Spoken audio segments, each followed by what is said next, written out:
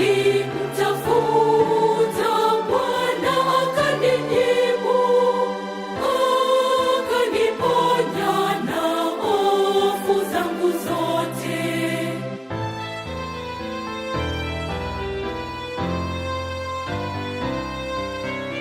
Nitamuhimidi Bwana kila wakati, sifa zake zikinywani mwangu.